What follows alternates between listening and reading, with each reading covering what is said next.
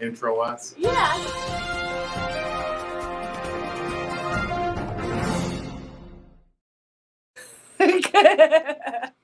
Hey, good morning. Good morning. I'm the Worth Playboy. Who are you? And my Playboys Bunny, and welcome to the inaugural Morning Hustle. Morning Hustle. Okay. We're excited you're here. Yesterday. This is going to be fun. I think this is going to be really a lot of fun. We'll see. We wanted to structure this thing in a certain way that gives you 3 solid pieces of game, red pill, fitness, financing.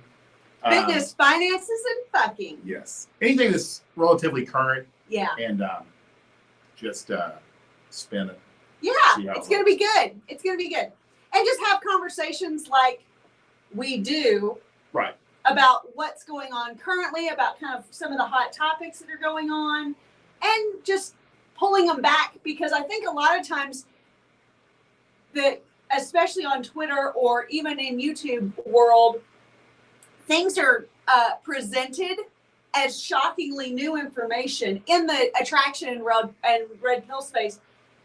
But there's a lot of grounding in what's going on. This is not new information. This is not new female behavior. Like, all of this is just normal, and here's how you deal with it. Exactly. It goes a long way. We wanted to reinforce some of the basics, because that's what brought me to Twitter in the first place, was reinforcing the basics, help drive it in to where it becomes automatic. Yeah. And that way, when you're like talking to a girl or running game or even you're working with your skills, it just becomes natural. Yeah. Which is the whole idea.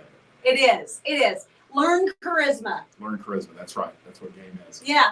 So let's talk about basic training today. Yeah. No dinner dates, drinks only. Okay. Now, now I get to work modern technology, and it's not going to be horrible, but this could be interesting. So you talk and I'll get the...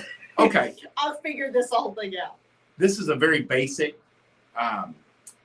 principle in game, because a lot of girls out there today are looking for a free meal. Yeah. And it kind of freaks guys out, and it makes them wary, and they're like, well, I don't want to just... And it's not as prevalent as you think it is, because those are the more visible girls. But it happens. And I think guys become gun shy, and there's a lot of reasons. We'll show this real quick. Yeah. And then we'll get into the whys and why it's more beneficial to you and her. Yeah. We found this video that has been making waves lately.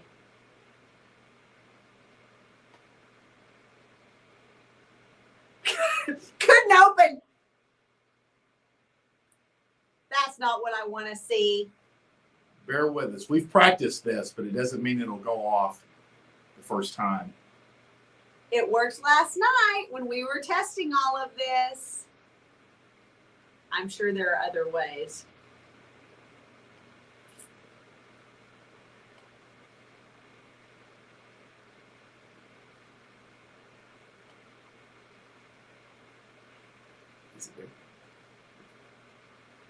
It's there. Just how to get it to share it. This is not rocket science.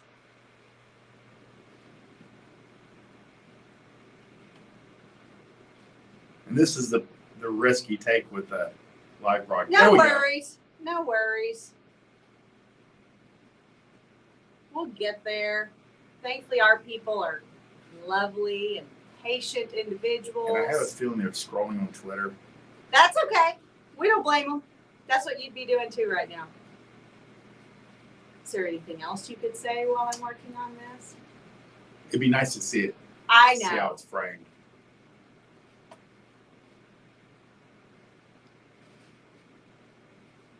Is it sound? Oh, no. Let's try this again. Yeah, that's playing right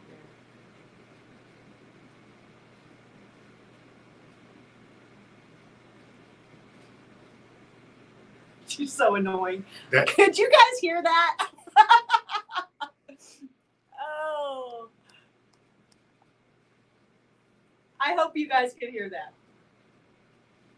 The point is, her girlfriends, which you'll never hear girls admit to certain things. It's always her girlfriends. Oh yeah, Her it's never girlfriends are her going- that it's have not done her. that.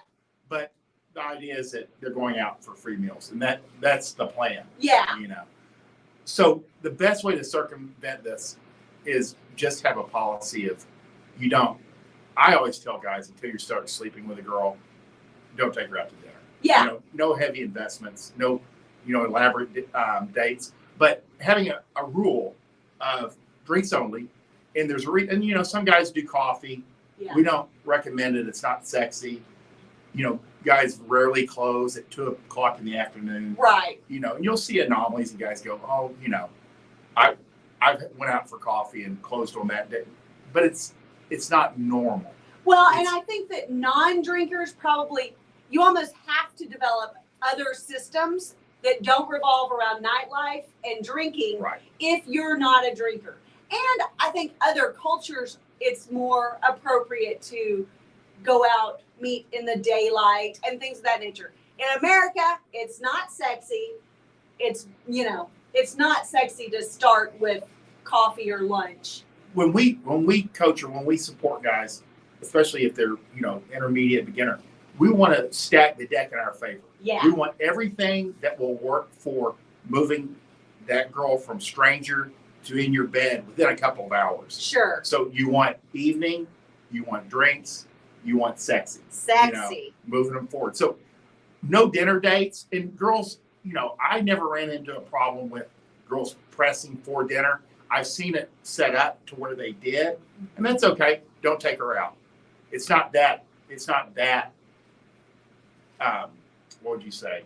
Make or break. I mean, if you got a girl that she's insisting, she's got an alternative, idea in her head. Well, and I remember with our first date, and it was very much like, we're going to meet up, meet me here. We're going to meet up.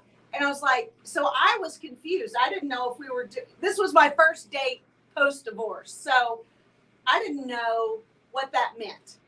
So I said at one point, do I need to eat first? That's how I phrased it. And you said, yeah, go on and eat a little Exactly. something. When you're telling, girls want to know not necessarily like what you're going to do. She likes some mystery. She likes some surprise. You just have to give her an idea of how to dress. Yeah. So you just say, hey, we're going to go to this little place in my neighborhood. I know the owner. Wear a little black dress. Yeah. It'll be appropriate. Well, and it's always fitting if the date's going well and if you want to bounce to a second and or third location, you can always grab an appetizer along the way. Right. Make sure that there's something on the stomach so that the alcohol doesn't revolt. Exactly. Because here's the deal, guys. Girls meeting you for a first date likely have not eaten anything all day. Yeah. They've likely exercised, even if they're not fitness people. They've likely gotten some exercise to feel tight and to feel energized. And they likely haven't eaten a whole lot. So as soon as that alcohol starts hitting, it gets ugly if there's no food in her system. And at the end of the day, it gives you options because, Yeah. you might walk in and instead of this girl that's like 30 pounds over, like what she looked like in her pictures, Yeah. you're not stuck on an hour and a half, 2-hour date, dropping $100, $200 on dinner. Instead, you can maybe have a drink or you can, U-turn and walk out the door. Guys have done it before. Yeah. But if it goes bad, if a date goes bad and you're just having drinks, you can just get the tab, Yeah. you can pay the tab, you can go, hey, it was great meeting you. I don't think it's going to work out. And you walk out the door. Yeah. And you go somewhere else and go do something. It gives you options. If it's going well, you can follow your plan, bounce to the second location. Exactly. That's what it really does, is it frees you up and you're not stuck. And you might be, even like, again, dinner, you're in a venue and it's super loud and restaurants have gotten crazy loud. You can't even really talk anymore. No. So you want places that are working for an atmosphere that works in your favor to move her in the direction you want her to go. Well, and I also think it just helps you keep your frame even more so. Dinner dates can be really unpredictable. She Right. could eat a side salad and have water to drink, or she could get the lobster and want dessert and get like every most expensive drink on the menu. Like there's a lot more control and keeping things under your control if it's just drinks. Yeah, exactly. It's And a big deal. you know, there's always going to be an investment. There's always going to be a cost of doing business. But if you're going out on a lot of dates, there's a huge difference between just drinks Yeah. and dinner. And also you can stack drink dates. Yeah. You can have a couple in the evening, you know, if one doesn't work out, you can call back up in or have two scheduled. So that's dinner's a little bit more difficult, but it's just a good policy to have. It is. You just go, I never go out to dinner on the first date. Let's meet for drinks. Yeah, it's sexy. I love it. Have you guys put it either in the chat, in the comments down below? We like to hear about your first date, your first meetup plans, all this, you know, where you've dealt with drinks only or girls really pushing for dinner dates, because this, I think that's more of an old school thing that now literally women want to expect again, even though nothing else about them seems to be old school, but this one thing. Yeah. Yeah. And that is when we talk about traditions, and one thing that kind of came across over Twitter over the week was, should you pay? I've never seen a guy close a date Right. where they split the check. It just makes girls mad. It just never goes well. And guys have all kinds of, I've just never seen it. So I always say, just plan on paying. Yeah. You know, if you go in looking to go Dutch or split the check, the chance of you having sex that night are zero. Yeah, because it literally like lobs the ball into her court. Yeah, I've never seen it. Maybe you have, but I don't think it would happen consistently. And again, stack the deck in your favor. Yeah. Do everything you can to make this a winning environment for you. Exactly. So now we're going to look at a tweet that went out on and we're going to kind of pick it apart. The good news is there's no video included here. That's right. I can do this. So, and I'll figure out why the video thing didn't work earlier, but we got the gist of it. It's no big deal. We call it the reality of running a rotation.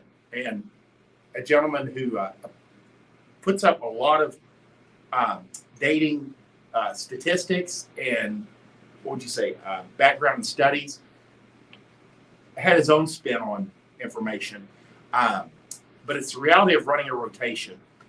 And what he said is, and this is Kyle, he said, this is a guy out in LA. He said, women will do a lot for good sex. When I lived in LA, girls would text me while they were on dates with guys, telling me how bored they were and asking if they could come over after. I tell them to order me food, put it on the guy's tab, and then to bring it, and they would. I know this is a reality. Yeah. This is, I've done it. Any guy that's ran as a player has done this. Right. It's just part of it.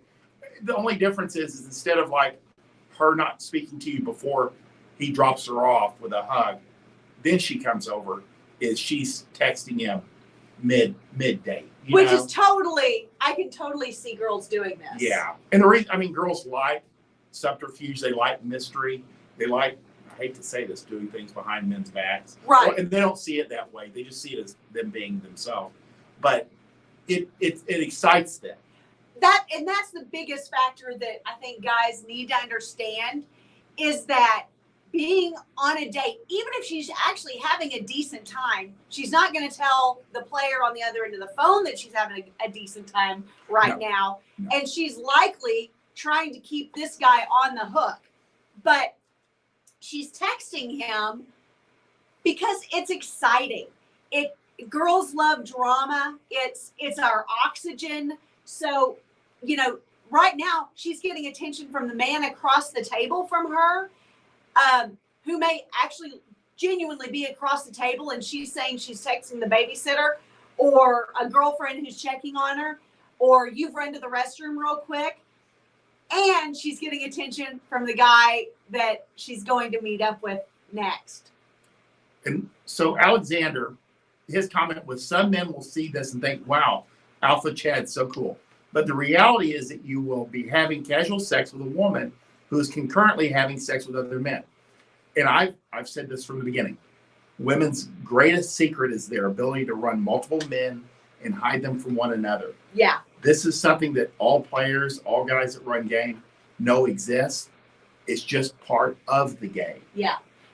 And I will add, women who know will also even hide brothers, fathers, male bosses, because all it takes is one or two times of, mentioning another guy, even a brother or a father, which is, an uncle, which is absolutely ridiculous to me, to a man that she's interested in, and he kind of cuts it off. It's almost like in that moment, he loses interest. Oh, yeah. And it's not even a sexual relationship, but all it takes is one or two times of a girl mentioning some other male in this man's presence that she's interested in, and the interest cuts off, and she stops even mentioning her father. I will say this is where I'd say there's a rub, because you want to be cautious of girls who don't have a healthy relationship with their father and things of that nature. But at the same time, if she's too crazy about him, or if she mentions him too much, it's going to be a source of contention likely for you down the line. And that's a subject for it's a whole other topic. It's worth but it's mentioning. Yeah, it's worth mentioning. And girls learn very quickly. Yeah. Not to mention other men around them, because all you got to see is one guy lose his temper. Yeah. And they might not even lose it big. They just get put out, and the whole mood changes. So girls learn very quickly at a young age. Yeah. Not to mention any men around each other. Yeah, this isn't something that's trained. This is not something that our female mentors, our aunts and our grandmothers and our mothers teach us, because that would be ridiculous that you can't mention your brother to this man that you're on the date with. But it's something that is ingrained and learned behavior. And if you ask them, they'll deny it. It's just part of it. Well, that goes to, that's with everything. Well, these poor guys. Well, I asked her if she'll see anybody else, and she didn't say anything. I asked her if she did anything today, and she said, I just went out with my girlfriends, but really she was working on the car with her brother. Yeah. They're not going to mention anything. Yeah. So let's look at slide 2. Okay. Some men won't care, and some will think this is pretty gross. I'm not judging either way. This guy's going to do some judging a little later. He's going to say he's not judging a whole lot. Which is what most researchers try to stay in the middle. But I think this is something that people miss in the casual sex discourse. A woman texting you for sex while on a date with someone else has a rotation. You're a plate that she is spinning. This is normal. Girls do not. Now, guys that run game run a rotation. We do have a language for it. Yeah. Girls do not have a language for this. We really don't. They don't tell their friends. No. They don't tell anyone. They might tell. I mean, this is funny. How do I know this happens? Because one of the girls that I was dating was moving a guy towards fiance status. I'm like, and I just had one of those epiphanies where I was like, I know about him. Does he know about me? And she's like, oh, hell no. Right. And that's when you realize that girls have two sets of guys in their head. They have ones that they're moving towards a relationship or boyfriend material or husband material. And then they have us, the fun guy. And it works. Which She's is married to him. Exactly. Because I work with winners. I mean, it's true.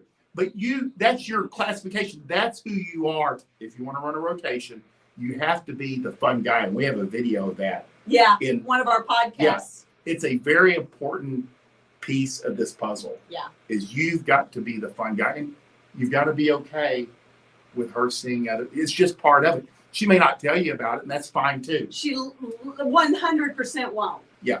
You need to assume it, and you have to be okay with it. And if you're not, you should probably stick with monogamy. And if you're more of a rotation kind of guy, you don't want her only wanting your attention. It's actually not a good idea, because then she's actually trying to get your attention, trying to always be blowing up your phone, trying, if she's trying to create a boyfriend out of you and you're a player, nobody wins in that scenario. Right. And there's a couple rules that you kind of stick with when you're running rotations, like you only see her once a week. Yeah. These are things that kind of like keep some distance, and she knows her place or knows her role. And another thing that one of the guys that jumped in here one time when we were talking about this, he said, I was running so many women, I never thought about them when they weren't in front of me. Yeah. And that's a healthy approach. It's the best way to do it if you're going to do it. Because when you are the fun guy, when they're in front of you, your focus is on them, and they're going to have the best time, best 2 or 3 hours of the week. Yeah. And then they've got to go back to their drab life as a mom, or, as a corporate drone, or whatever they're doing it. Because most girls' lives are very boring. But you get to be the 3-hour fun guy. Yeah. That's your role. And in case you have not heard us say this before, to be clear, we believe that even if you are a guy who is looking for a wife, even if you don't consider yourself a player, even if you don't necessarily want to be a playboy or have any desires, any grand scheme of running, huge rotations of women and just sleeping with everyone you can. Running a rotation is the most beneficial, most efficient, and effective way to find a wife, because then you are pitting women against one another in your head, in current time, in what you're dealing with right now. Otherwise, you're comparing the one girl that you're dating right now to the memory that you have of a girl that you dated before, and the idea of what you could date if you weren't dating this girl.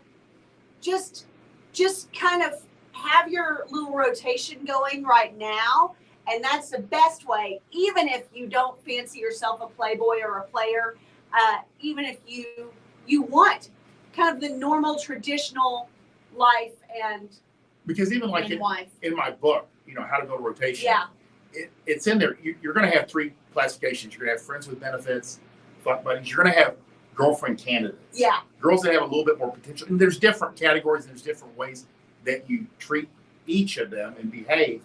But it's a way to narrow down. And I think a lot of guys do end up married to girls that they might not normally marry because they had invested so much into one girl. Right. And I also, if you're relatively new to game, I always encourage to run 2 or 3 girls in the beginning, because you don't overly invest into one. You don't worry if she's texted you back. You don't notice. It sounds counterintuitive, but if you have 3 or 4 balls up in the air, you can't worry about one too much. Yeah. So it benefits everyone. And then if you want to pick one out and she's also in the mindset of getting serious, then there you go. Or where's she? So just stick around. So Alexander, and I think men that think this is gross, they go, oh, I never thought about that. And they'll bail out. I've never heard of that. But I think a lot of guys, by the time they get to this point where they're running a rotation or learn how to, they understand that this is part of the game. Yeah. Yeah. Let's go to the next. Rather than Chad having a harem of devoted women who love him and are loyal, promiscuity looks more like this. You're within a pool of men and women who are all having sex with each other. I don't think most men, at least in the U.S., ever believe that they're all loyal just to him. I don't know. I mean, we've seen it on Twitter. I mean, not that all of Twitter is in the United States, but we're always surprised by how much pushback we get from things exactly like this, who guys are like, my plates are all devoted to me. They none of them are fucking anyone else. Women hide other men from you. It's true. Unless, and I will say, there's a point where if you go into a more serious, a more monogamous, that's what she's vying for. That's what she's weighing her options as well. So, you know, I do believe that women can be monogamous or serious about you, or at least give it a chance. And the way that she'll say it is, we'll see how it goes. Yeah. I'll give them a chance. And I also convey this, that in the U.S., I've already lost my train of thought on this. God.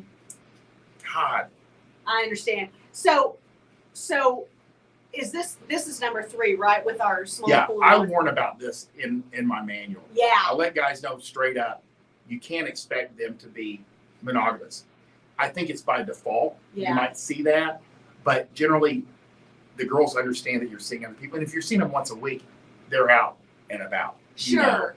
You know? And that's one thing I try to convey to people is that if you're going to be the fun guy, you're going to run a rotation, you have to be kind of upfront about this stuff. You don't have to be direct. It's, you know, it's like a slap in the face, but No.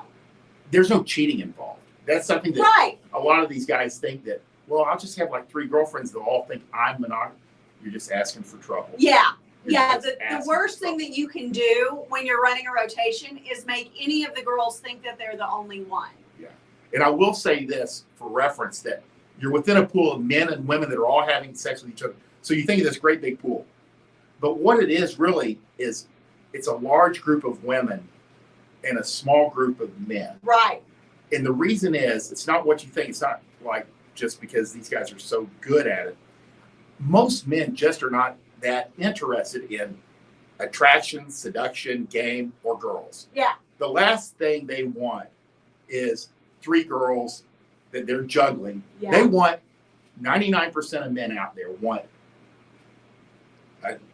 a loyal, chubby, little, cute wife, so he can like go to work, drink, get high, and pursue his hobbies, be it gaming, hunting, fishing, cars. That's what most, I mean, like when you look across the suburbs, nobody in there is like running 5 or 10 women, unless it's one dude right in the middle and he has a house. Yeah. You know, most guys just want regular sex from somebody not ugly. Right. That's it.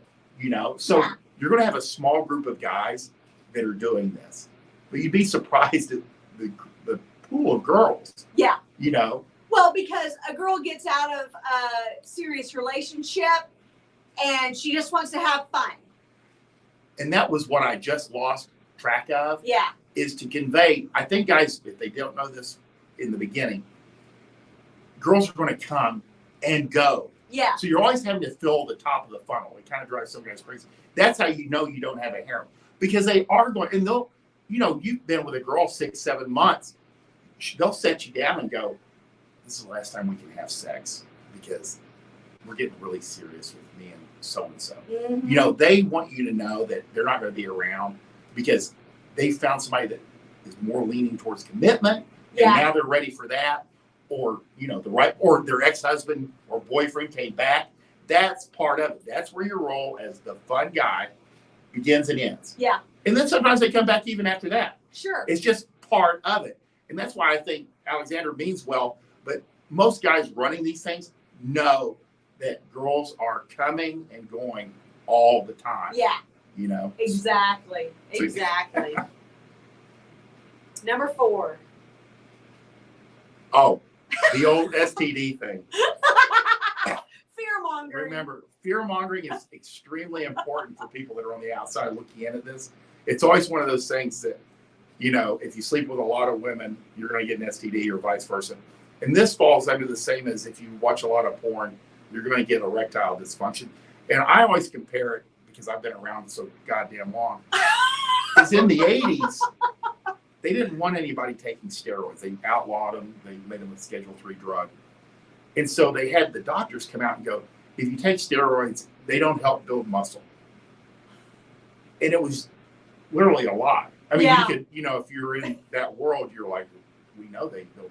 But they had medical doctors on TV saying that steroids do not build muscle. So a lot of it's fear mongering. Yes. You know?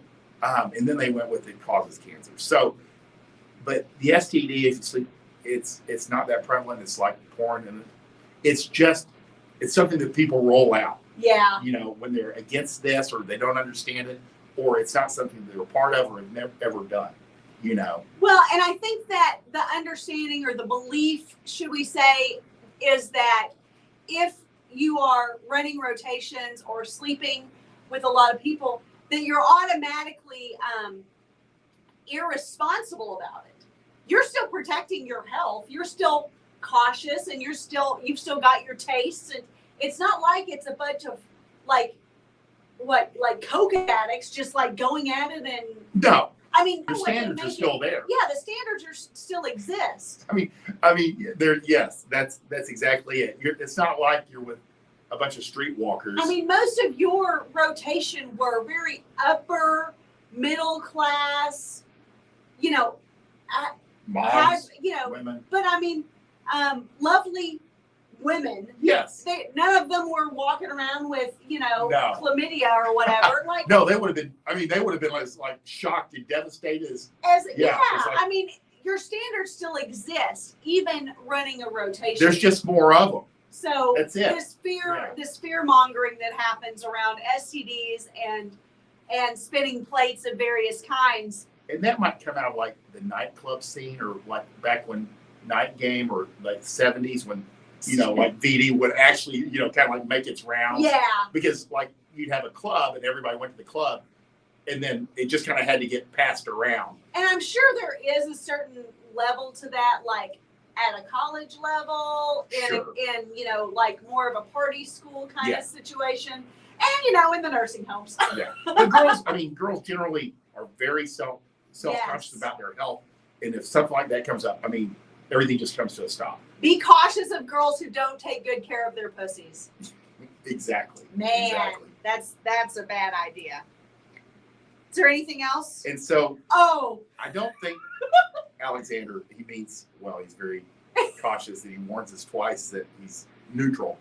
But people always tell him themselves, and he goes on and says, "This is the reality of the promiscuous 10% that PUAs will never tell you, probably because most aren't having nearly as much sex as they claim."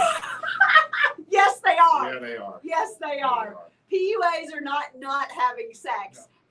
They're not putting themselves out there just to hit their head on a wall over and over and over again. And you can't know about this stuff unless you're actually in it. Exactly. It's not one of those I can't do, so therefore I teach scenarios. Yes. You have to. It's like personal training. To be a great personal trainer, you have to be on the ground in front of clients, in PUA, in running rotation, in dealing with girls and attraction. You absolutely have to have on the ground experience with girls to know how they'll react, to know what attracts them, what works, what doesn't, and to see that all of this stuff is true. And once you've done this, you kind of like when you see somebody come in and they're making statements that are like so off course, you kind of know.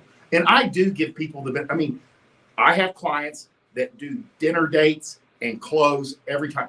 Yeah.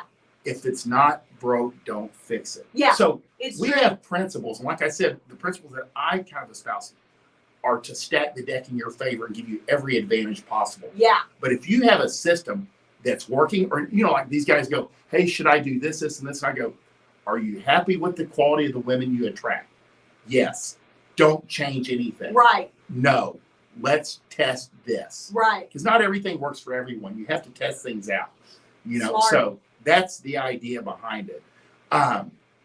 But guys are having a lot of sex with a lot of. Oh yeah. Make no mistake. The guys who are teaching this are fucking a lot. Yeah, you can't get into this. And it's just like RE Twitter. I mean, military Twitter is a bunch of active duty, retired, and former military. Real estate Twitter is a lot of guys that own real estate and make their living off of real estate. Finance Twitter are investors. Why would pickup and PUA Twitter be any different? Why would this be It's a really different? strange thing that mom Twitter, it's moms. Yeah. It's not a bunch of women that have never had kids. It just doesn't make any sense, but that's, I think, because people can't wrap their head around it. People sometimes. can't, it's true. Yeah. It's true. But nobody's jumping onto real estate Twitter and going, that doesn't work. Yeah, exactly. What? They'll keep that private. Yeah. Definitely some personality differences, and men are okay with having sex with a woman who's just had sex with another man 12 hours ago. The difference is you either assume it or you don't know. And a lot of guys just don't know. And I think that's one of the hardest things where I say the women's ability to keep this multiple men secret is their greatest strength. Yeah. You know, and probably most devastating for men. Well, and we have a couple of examples. So one was, so the main example that I wanted to share was kind of a story time. So we have a close friend who she literally left a group sex party where she had drinks first, sex for hours, had a great time, men and women involved, and then she actually left, went to another guy's house who was kind of like one of her rotation guys in the middle of the night. This is not an early thing. I think it was probably like 2:00 in the morning by the time she got there. And fucked him, woke up with him the next morning, went to work. She's married to him now. And he has no idea. He has no inkling that any of this ever happened. But he's happy as a lark. He's happy. And that's all that matters. Yeah. At the end of the day. But girls can do that. I mean, she probably didn't even shower. I hate to be gross, because that sounds like disgusting. And it's not to make you paranoid. Yeah. I mean, again, the guy's married to her and he's happy. He's a happy guy. And she thought nothing. I mean, and I think guys don't realize, like with girls, they don't think about sex, past sex. Like men, it's very vivid. For men, it's very vivid. Yeah. For women, they're like, oh, I forgot about that. Well, we attach to the physical attention. Yes. And you attach more to the act. So this is where jealousy, and I do think what he's saying, definitely some personality difference in men who are okay with having sex with women. I mean, he's like, who just had sex with another man 12 hours ago. That's not necessarily the norm. No. This outlier story that I told is These are outliers. She's truly an outlier, from the group sex part to the then going to the other. But I definitely think that the personality difference here is true from a standpoint of jealousy. Oh yeah. Yeah. It's true. I think guys that run rotations, again, you either repress the jealousy trigger, or you don't even have time to think about it. You don't. Like a lot of guys, I mean, I would say it's probably 80-20, 80% just don't even think about it. These guys are moving on so fast. Yeah. Well, and you don't have like a high jealousy. Well, and I think you have a low jealousy threshold, or what would it be, a high jealousy threshold? And I think it's over time. I think it was higher when I was younger. Yeah. But the more you start to understand women and how they see things and game, and it kind of goes away. Yeah. It's really strange, just kind of like goes, oh. Yeah. Because things are not what you think they are. Yeah. So. Yeah. What do we got? Last. If you don't mind, again, I'm not judging anyone. I'm not judging. I just think that a lot of people have a mental map of the hookup casual sex landscape that is all wrong. It isn't Chad running through a bunch of virgins. And I don't believe guys that are running rotations in the U.S., especially with the girls shooting out the back end on a regular basis, believe these girls are just loyal to them. Very quickly do you realize that you are the fun guy. Yeah. You're going to be there for a while. It can be 6 weeks, 6 months, 6 years. Yeah. Whatever you decide. But they will eventually wander off for a monogamous traditional relationship, and then when they might wander back. Yeah.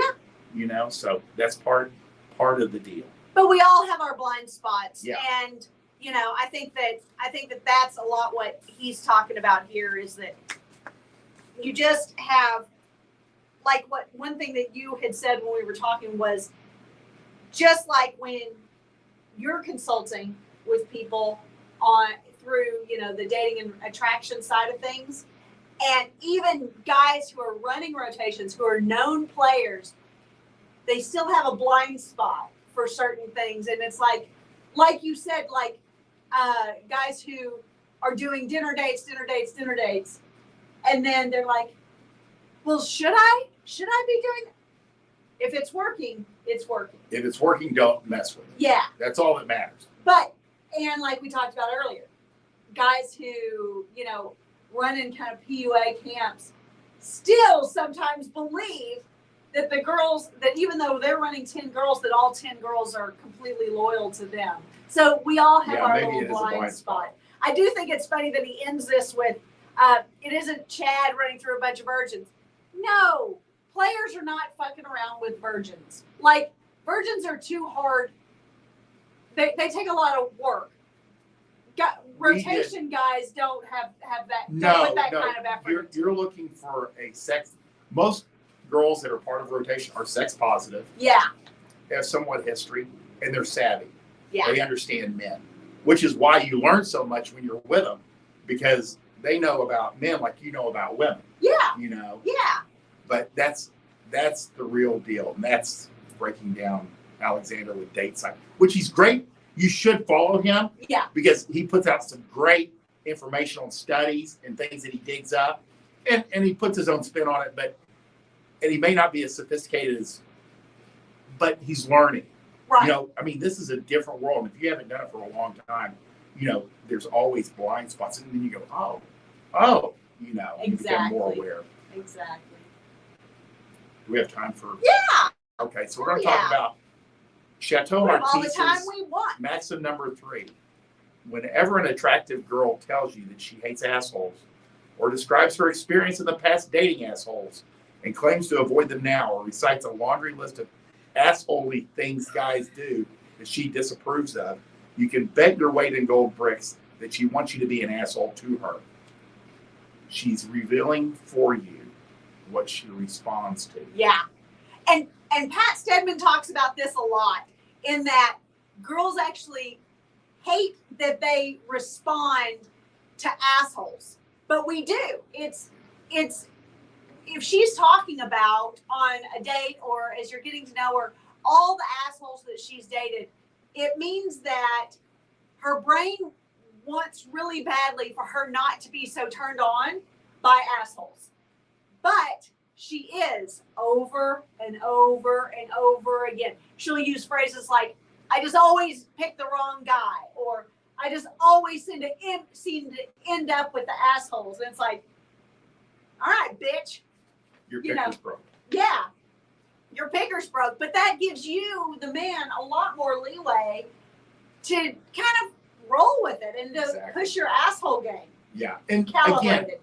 Again, that's one thing that we always kind of convey is asshole game requires calibration. So you kind of like need to practice and ramp it up. Yeah. You'll be surprised at what you can get away with. Yeah. And most of all, and it sounds crazy, but the bigger ass you are, it separates you out from the mass of beta men. Mm-hmm. And they're livelier, you're more fun. You show that you have a muse mastery over her. Yeah. There's all kinds of benefits, but mostly it's when a girl starts telling you that. Guys' natural inclination is as protectors, you know, it's hardwired. It's not to comfort her. She's just sitting out. She's letting you know that this is what she likes. Yeah. You know. Yeah. So. And you don't have to be so nice. I think that's the biggest thing. It's just like that no more Mr. Nice Guy, you know. All of these sources that we have reminding guys not to trip all over themselves, that tripping all over yourself, even for someone who is an established relationship, is actually, it comes off as boring. It comes off as unattractive. It's just, it dries us up. It's not an appealing thing, you know. You don't have, it doesn't have to make sense for it to work. Yeah. And I think for even some guys, they wish they could be nice and kind, and it just doesn't work. Yeah. Now, I will say, as you get into more relationship, you know, if you're married, you're not gonna, you know, we don't recommend you, you know, calling her a stupid bitch in front of the kids. Like, we don't mean that. Just don't trip all. If you find yourself just begging for, just begging for attention, her favor, her happiness, then then that tends to turn her off. Yes. Again, watch what they do, not what they say. Yeah. You know, at the end of the day, because she's going to respond. And girls don't like what they actually respond to. Right. And most can't tell you that. No. They don't know. They're not going to verbalize this. Make no mistake. No. It's like they can't talk about sex outside of the bedroom. They just can't. No. It's not, their brain just shuts down. Bunny's like one of the few girls that can actually tell you what works and what doesn't. Most don't. Because it's the secrets of the sisterhood. Yeah. You know? And you hear a lot of, no, that was all you. That was, oh yeah. That wasn't me, that was you. Or I didn't like that, or well, you were coming like a freight train when we were in there. So awesome. We don't have a closing. That's okay. Guys, we are super excited to just have kind of a morning show that we're going to do frequently. I'm going to say weekly for right now. We're about to find out. Yeah, we're about to find out. We hope you've enjoyed this. If you do, please like, subscribe, share with your friends, but comment below if you like this format. If you think that this is cool, we're shooting for like somewhere in the 45 to 60 minute time frame when we do it. What times work best? This kind of works great for us. But we're excited to be here, and we're excited that you tuned in either live or after the fact. We do thank you for investing your time. Yeah. We know it's valuable, especially on a Tuesday morning at 9:30 a.m. We appreciate you being here. We hope you take something away from this and you can apply to your game. And if you have any questions, by all means, put them in the chat box. Yeah. And we're going to address this stuff as we move forward. And I would say this is going to be kind of the what platform where we discuss more like what's currently going on. So as there are articles or videos, I'll figure out the video thing, or things of interest that have come across, send them our way and we will discuss. Yeah, because on Twitter we tend to like try to stay within our lane. Yeah. And not move out of it, which has always been worked for us. Yeah. But here we can expand a little bit. Yeah, we can have a little bit more fun and talk more about the current things that are happening. But in the end, we want you to win. Bye. They'd be so lost if I didn't end that I know way. they wouldn't even know. They'd be like, can I stop watching? I know. Exactly.